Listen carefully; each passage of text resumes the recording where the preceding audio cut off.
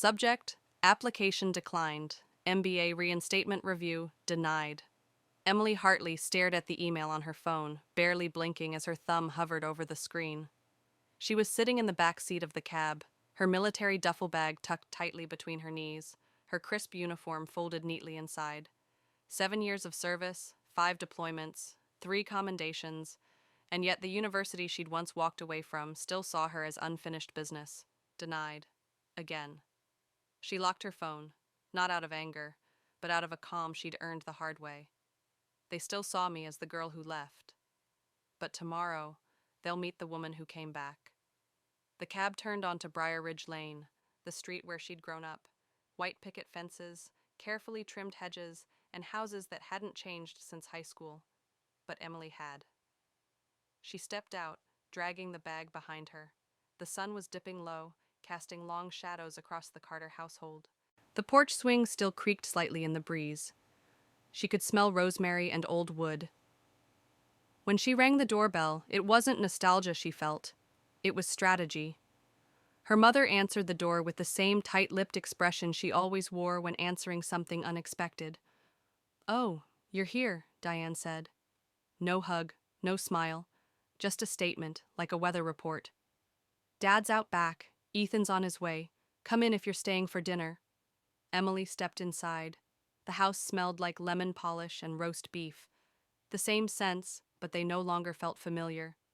The living room hadn't changed, except for one thing. The walls had become a shrine to her younger brother. Ethan's college degrees framed in gold. Ethan shaking hands with Senator Clark. Ethan on stage receiving the Tech Visionary Award. No photos of her in uniform. No evidence she'd ever existed here. She walked upstairs to her old room. It was untouched, like a museum display. Single twin bed, striped curtains, the bookshelf filled with dusty paperbacks. She pulled out her pressed uniform, laid it on the bed, and ran her fingers across the colonel insignia. She didn't need anyone in this house to validate what that rank meant, but they were going to learn it soon enough. Downstairs, dinner had already started. Madison, her cousin, was seated near the head of the table, speaking animatedly about a fintech merger in Atlanta. Diane beamed at her as if she were royalty. Then came Ethan. He strolled in wearing a navy blazer with the Falcron Dynamics logo embroidered on the chest, grinning like a man used to spotlights. Their mother practically leapt to her feet to hug him. Their father, Robert, clapped him on the back. Emily took a seat quietly at the far end of the table. No one even asked how her flight was. "To Ethan," Diane said, raising a glass. "Our new technical director for the Aegis X initiative. Personally selected by Lorna Whitaker herself." Madison applauded. "That's insane, Ethan. Isn't the project worth, what, $1.3 billion? He chuckled modestly. "It's classified, but yeah, let's just say it's a turning point in defense tech." Emily sipped her water. Robert chimed in. "Ethan's always been the one who understood systems. Engineering was in his bones since he was 5. Diane nodded.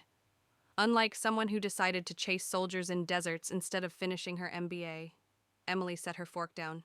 "I didn't chase soldiers. I led coordinated missions in Eastern Europe and built logistical frameworks that kept entire battalions alive." Madison looked intrigued.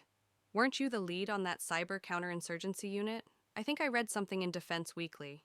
Before Emily could respond, Diane cut in. "She transferred to logistics, though. Probably more manageable. A better fit."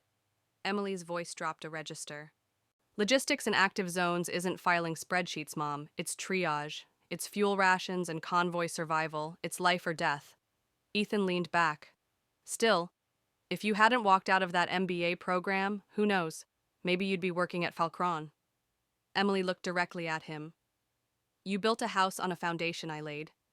Every line of code you've submitted for Aegis X was filtered through systems I helped define at DoD." The table froze. Robert cleared his throat. "What exactly are you trying to say?" Emily folded her napkin carefully and placed it next to her plate. "I'm saying that tomorrow morning, I'm not walking into Falcron Dynamics as Ethan's sister. I'm walking in as Colonel Emily Hartley, the Department of Defense's appointed oversight officer for Aegis X."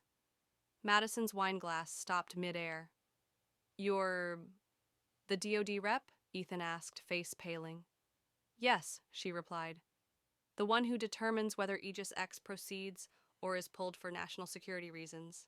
And I've already reviewed your documentation, Robert blinked. Why didn't you tell us? Because I didn't need a family press conference. But I won't sit silently while the work I've spent years building is attributed to someone else. Diane opened her mouth, but nothing came out. Emily stood slowly. Thank you for dinner. I have an early morning. And she left the room, leaving only stunned silence behind. Upstairs, she unzipped the bag and slipped into the uniform. Brass buttons polished, cap tucked under her arm. She looked at herself in the mirror, not searching for pride, but clarity. They'd erased her from their story. But tomorrow, she'd rewrite the ending. If you've ever been overlooked after giving your everything, type 1. Let them know you didn't vanish. You just evolved. Subject, internal note, clearance restricted, pending, DOD review. Ethan Hartley stared at the red banner flashing across his screen just seconds before stepping onto the presentation stage. Access limited, oversight active. He blinked, clicked to refresh, same result. His fingers hovered over the keyboard, then retreated. This was supposed to be his moment. Weeks of rehearsals, simulations, and press-prepped soundbites had led to this, the final Aegis X demonstration. He adjusted his suit, brushed invisible lint off his lapel, and exhaled. Showtime, he muttered. The glass-walled conference room on the third floor of Falcron Dynamics HQ buzzed with anticipation. Military analysts, tech leads, project managers, legal compliance officers, even Lorna Whitaker herself, each one seated in perfect rows, eyes forward. At the center of the massive curved screen pulsed the Aegis X logo, a silver eagle over a circuit board skyline. Outside, a matte black government vehicle pulled up. Colonel Emily Hartley stepped out in full uniform. The sun glinted off her insignia, her cap perfectly aligned, her gait measured and deliberate. Her expression gave nothing away. Behind her, a junior officer handed over the project briefing file. She took it without a word. Inside, Ethan launched into his opening. Good morning. I'm honored to present the final capabilities of Aegis X, Falcron's tactical response AI initiative, built in close cooperation with government stakeholders and our elite team of engineers. Slides advanced behind him showing battlefield simulations, heat mapping overlays, and drone deployment grids. The room nodded along. A few whispered, impressive. Then, as the door quietly clicked open behind them, the room collectively stilled. Emily walked in. At first, only the silver-haired assistant to the CEO noticed. She stood immediately, drawing the gaze of everyone else. Ethan froze mid-sentence. A ripple of confusion passed across the attendees' faces. The room shifted. Chairs creaked. Eyes widened. Emily didn't flinch. She walked the length of the room, her boots echoing against the tile, and took a reserved seat in the front row, the one marked Department of Defense Oversight. She didn't look at Ethan. She opened the folder, clicked a pen, and began writing.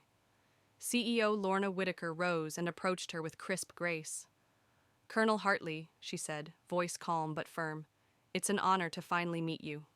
Emily stood and shook her hand. Thank you, Ms. Whitaker. I appreciate the invitation. From the back row, Robert Hartley looked like someone had unplugged his spine. Madison nearly dropped her tablet. Ethan's voice cracked. I wasn't aware the oversight rep would be attending in person. Emily finally looked up at him. Your documentation was submitted to my office. I thought it best to review your presentation directly. Silence. Lorna smiled with diplomatic precision. We're happy to accommodate full transparency. Excellent, Emily said, taking her seat again. Please continue. Ethan tried to recover. He jumped into Phase 2, threat detection protocols. His words regained rhythm as he described how Aegis X autonomously identifies, classifies, and neutralizes potential threats using predictive algorithms and adaptive response.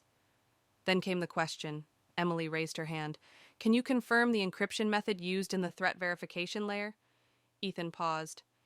It's based on the 7G Delta protocol, our proprietary adaptation of the earlier draft from last year. Draft 12? He nodded. Yes, re-optimized under my supervision. Emily's pen tapped against the table. That's odd, she said, because the 7G delta structure from Draft 12 was rejected during initial clearance for exceeding latency thresholds in hostile environments. Are you suggesting it was reapproved? A hush fell over the room. Ethan blinked. We, modified it. Added sublayer caching. It passed internal simulations. Emily didn't blink. But you failed to resubmit it for DoD secondary validation. Any performance gains you claim are undocumented. That's a contractual compliance breach. One of the defense contractors near the wall pulled out a notepad and began writing furiously. Another tapped on a tablet. Ethan flushed. Colonel, I assure you we've conducted all due diligence. I'm sure you believe that, Emily said, calm and steady. But belief isn't protocol. She flipped a page in her binder. My team found code reuse from 2 previously disqualified submissions. That's not only sloppy, it's a risk to field operatives. Lorna Whitaker's jaw tensed. The chief legal officer raised a hand. We'll need to document that discrepancy, Colonel. You already have it, Emily said. Page 14, Addendum 3. Ethan's mouth opened, but no words came. Behind him, the slide projector continued advancing on a loop, silently flashing simulations no one was watching anymore. After 3 excruciating hours, the presentation concluded. Emily stood slowly, adjusting her collar. My preliminary findings will be submitted by end of week. Final clearance will be contingent upon Oversight Board consensus and security evaluation. Until then, all production testing is under hold. Lorna nodded. We understand. Emily walked out without a backward glance. In the hallway, she passed a junior developer, a young woman no older than 25, who whispered, Ma'am, thank you. We've been trying to flag issues, but no one wanted to listen. Emily nodded. They'll listen now. Back in the parking lot, Ethan stood still, staring out the window of the 3rd floor, watching his sister walk away. He didn't recognize her anymore. But worse, he now realized he never really had. If you've ever been overlooked, only to return stronger than they imagined, type 2, and let them know you weren't gone, you were becoming undeniable. Subject, preliminary findings, request for interview. Emily Hartley read the subject line in silence. The Pentagon's Legal Compliance Division was requesting a follow-up interview regarding potential data suppression inside Falcron Dynamics. The email was courteous, procedural, but between the lines, it whispered what she already knew. The storm had only just begun. She closed her laptop and stared out the small kitchen window of her temporary rental in Montgomery. Outside, the sun was just beginning to set, casting orange streaks across the backyard she hadn't stepped foot in for years. That same crooked oak tree still leaned to the left, the same one she and Ethan used to climb as kids, pretending to be astronauts. Funny how something so steady could stand next to so many things that never were. Her phone buzzed with a message from Madison. They want to talk. Ethan and Uncle Robert. Mom, too. They're in the backyard. I don't know what they want, but they're waiting. Emily stared at the screen for a long moment. Then she picked up her coat and walked out. The air was thick with early evening heat. Crickets chirped somewhere in the distance, a lazy breeze rustling the overgrown grass. Her boots crunched softly along the stone path leading to the backyard. Her father was standing near the stone table, one hand resting on it. Ethan leaned against a wooden post, arms crossed tightly. Her mother sat on the old bench with a paper napkin clenched in her lap, twisting it over and over like she was trying to wring guilt out of fabric. Emily approached silently, but the tension greeted her first. Ethan was the one to break it. So this was revenge? His voice was sharp but tired, like someone clinging to a lie they couldn't justify anymore. Emily met his gaze. No. This was accountability. He scoffed. Come on, Emily. You could have buried me in that meeting. You didn't have to humiliate me in front of Lorna, in front of everyone. I didn't humiliate you, she said evenly. You humiliated yourself by thinking no one would check your shortcuts. Robert shifted uncomfortably. Sweetheart, we just wish you'd said something. It felt like betrayal. Emily smiled, but there was no humor in it. Betrayal? I've spent years being treated like I didn't matter. Not one call, not one visit, not even a question about where I've been or what I've done. And now, when I show up doing my job, I'm the one who betrayed you? Diane spoke softly, her eyes not quite meeting hers. We were worried. That life, the military, it's so hard. We just wanted you to have something stable, something safe. Emily's voice cracked slightly, but she held the line. Stability isn't safety when it comes at the cost of visibility, Mom. You wanted me to be safe, but you didn't want to see me. A silence fell. It wasn't defensive. It was guilty. I wasn't trying to outshine Ethan, she continued, but I sure as hell wasn't going to let him take credit for a system I helped build. I was in briefing rooms when Aegis X was still a prototype on napkins. I ran cyber ops on the base version of that AI while Ethan was still learning how to manage a dev team. Ethan looked down. You think I had it easy? You think I didn't fight for that seat at the table? I gave up holidays, weekends, relationships? Emily stepped forward. And you think I didn't? I spent Christmases in sandstorms. I led men into blackout zones where one bad line of code meant casualties. I missed 7 birthdays, 4 funerals, and every single time someone back home told me to, just come back and settle down. She inhaled, steadied herself. I didn't come back to destroy you. I came back to make sure no one else gets destroyed because of you. That landed. Hard. Robert finally spoke. We were wrong to underestimate you. His voice was gravelly, tired, regretful. Emily nodded slightly, accepting the words even if they hadn't been earned yet. Diane's voice shook. I don't know when I stopped seeing you. Maybe I never really did. I thought if I pushed you to be like Ethan, you'd be safe. You didn't push me, Emily said. You erased me. She turned to Ethan, who now looked smaller than she'd ever seen him. You had everything handed to you. The praise, the platform, the assumption of genius. But underneath all of that, you still had to cut corners. And you still needed me to fix what you broke. He swallowed hard. I don't know if I can undo what I did, but maybe we could build something different now. Together. He extended his hand. Emily looked at it for a long moment. Then slowly she stepped forward and pulled him into a hug. It wasn't forgiveness, but it was the start of a reckoning. Later that night, Emily sat alone in her childhood room. The desk lamp flickered softly, the same one she used to study under in high school.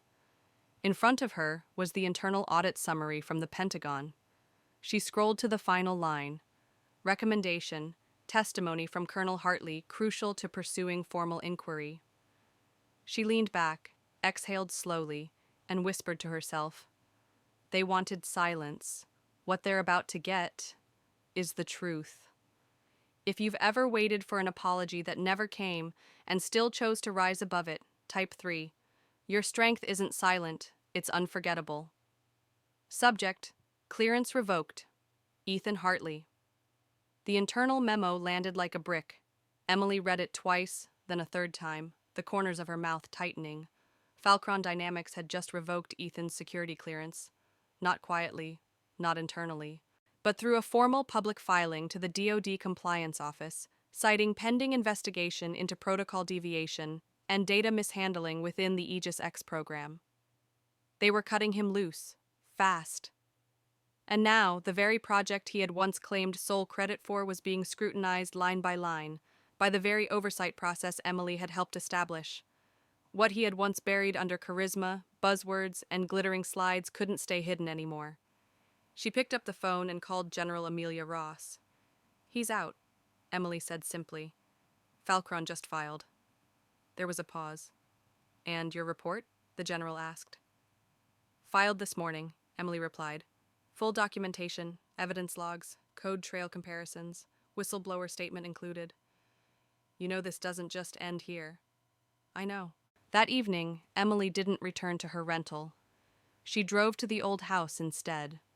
A white envelope was waiting for her on the porch swing. No name, no return address. Inside was a printed email thread between Ethan and a senior compliance officer at Falcron, dated 3 months ago. In it, Ethan had flagged the very protocol Emily exposed in the presentation, warning that latency issues persisted. The officer's response? "We can patch after contract close. If DoD signs, it's not our liability anymore." Emily folded the pages, her hands steady, but her jaw clenched. He tried to stop it, and they buried it. The next morning, she was back at Pentagon West, seated across from the Civilian Inquiry Board. They asked measured questions, details of the Aegis X oversight, the culture inside Falcron, the paper trail she'd assembled. But the real question came last. If the department finds that Falcron acted in willful negligence, would you recommend disqualification of their future bids? Emily didn't hesitate. Yes. Even if it affects your brother? She nodded. Because if I don't hold that line, no one else will. A week later, her family visited her DC apartment. This time, it wasn't awkward. Her mother arrived holding a pie dish. Her father brought a framed photo of Emily, in uniform, standing at the Aegis Command simulation floor. It was clipped from the Washington Post article titled, "Colonel Hartley Exposes Failures in AI Oversight. What She Found May Save Lives." Emily didn't cry. She simply placed the photo on the mantel. That night, General Ross joined them for dinner. Diane Carter was visibly nervous, but when the general shook her hand and said, "Emily tells me you make the best Southern stew in 3 states," something inside Diane seemed to soften. She laughed genuinely for the first time in years. The dinner wasn't grand, but it was real. Ethan was there too, quieter, humbled. He spoke carefully, sharing how Falcron was restructuring, how Lorna Whitaker had been forced to step back temporarily, and how some of the younger engineers now looked to him for guidance, not because of his title, but because of how he handled failure. After dessert, Emily's father stood and handed her a box. Inside was a handwritten letter. "You were right. We saw what we wanted to see, and we missed who you became. I see you now, and I'll never let you be invisible again." Dad Emily folded the letter slowly and held it to her chest for a moment. No more proof was needed, no more fight to be seen. 2 weeks later, she stood on the stage at West Point Military Academy, delivering the keynote address to the first all-female graduating class of cyber warfare officers. Behind her was a banner that read, "Redirecting the Current, Leading When the System Won't." Her voice echoed across the chamber. To some of you, this journey started as a quiet rebellion. To others, it was a desperate bid to matter. I stand here not because I had an easy path, but because I never let the silence define me. You are not here to be liked. You are here to make the right decisions, especially when they're unpopular. When the applause came, it wasn't explosive, it was thunderous. And from the back row, she saw Madison clapping, eyes glistening, mouthing, "You did it." After the speech, a cadet approached her. "Colonel Hartley," she said, voice shaking slightly, "I almost left this program. My dad said it wasn't for girls like me, but then I read what you did, and I stayed." Emily smiled and gripped her hand. "Don't fight to prove them wrong," she said gently. "Fight because you know you're right." Back in DC, Emily returned to her apartment to find Madison waiting with 2 plane tickets. "You ever been to Seattle?" she asked, grin playful. Emily raised an eyebrow. "What's in Seattle?" Madison laughed. "Nothing. That's the point. Just air, space, and no one expecting anything." Emily took the ticket, stared at it. Maybe she didn't need a promotion or another battlefield. Maybe she just needed rest. "Let's go," she said. "Let's not pack medals, just jeans." That fall, Emily stood at the edge of a quiet lake. The air was crisp, the trees shimmered orange, leaves crunched beneath her boots. Beside her, Madison said softly, "Do you think if we'd been born into a different family, it would have been easier?" Emily didn't answer right away.